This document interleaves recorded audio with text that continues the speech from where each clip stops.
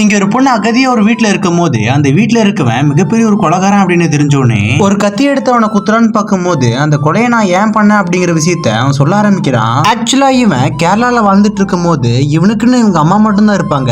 அவங்களுமே இவனுக்கு ஒரு நல்ல பொண்ணா பார்த்து கல்யாணம் பண்ணி வைப்பாங்க. இவனோட லைஃபுமே ரொம்ப ஜாலியா போகும். இவனுக்கு 2 குழந்தையுமே பிறந்து இவனோட லைஃப் அப்படியே ஜாலியா போயிட்டு இருக்கும் போது திடீர்னு ஒரு நாள் அந்த 2 குழந்தையுமே இவனுக்கு பிறந்த குழந்தை இல்ல அப்படின்னு தெரிஞ்சோடனே இவனோட மனசே உடைஞ்சு போயிருது. சோ அதனால தன்னோட மனைவி குழந்தை அப்படின்னு சொல்லிட்டு எல்லாத்தையுமே கொண்டுட்டு போக வழியே இல்லாம அங்கிருந்து தப்பிச்சு இந்த பாலைவனத்துக்கு கேட் கீப்பரா வந்திருப்பான். நான் என்னோட மனைவியை கொன்னதுக்கு காரணம் எனக்கு பண்ண துரோகம் தான் அப்படின்னு சொன்னோன்னே சோ இப்ப இந்த பொண்ணுமே இவன் நல்லவன் அப்படின்னு புரிஞ்சுக்கிறா.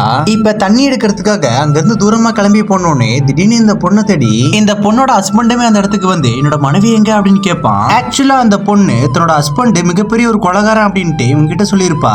அதனால இவனுமே அந்த பொண்ணு இங்க இல்ல அப்படின்னு சொல்லிடுவான். ஆனா அதை நம்பாத அந்த பொண்ணோட கணவனுமே இவன் கூட சண்டை போட ஆரம்பிச்சிடறான். அப்பதான் இவனுமே அவன் கிட்ட ஒரு உண்மையை சொல்ல ஆரம்பிக்கிறான். அது என்னன்னா என்னோட மனைவி உன்கிட்ட சொன்னது எல்லாமே போய், ஏன்னா அவதான் மண்ணலம் பாதிக்கப்பட்ட பொண்ணு, ஒரு கொலையுமே பண்ணிட்டு என்கிட்ட இருந்து தப்பிச்சுதான் இங்க வந்திருக்கா. சோ இத இந்த பொண்ணோட ஹஸ்பண்டுமே இவன் கிட்ட சொன்னோன்னே இவனுமே கோவப்பட்டு அந்த பொண்ணு கிட்ட போய் ஏன் போய் சொன்ன அப்படின்னு கேட்பான். ஆனா அப்பயுமே அந்த பொண்ணு இவன் கிட்ட நான் சொல்றதுதான் உண்மை அப்படின்னு சொல்லுவா. ஆனா இவன் அதை கேட்காம அந்த பொண்ணோட ஹஸ்பண்டோட இந்த பொண்ணை அனுப்பி வச்சிருவான். இந்த பொண்ணுமே அவங்க கூட போகும்போது திரும்ப இவனை பார்த்து என்னை ஏமாத்திட்டல நீ அப்படின்னு சொல்லுவா.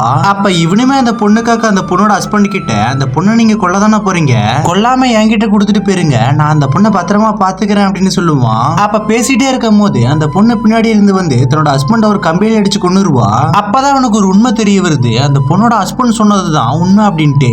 அதனால இப்ப இவனை ஏமாத்தின அந்த பொண்ணை கொன்னுறான். இவன் பண்ணது சரியா தப்பான்னு கமெண்ட்ல சொல்லிட்டு போங்க.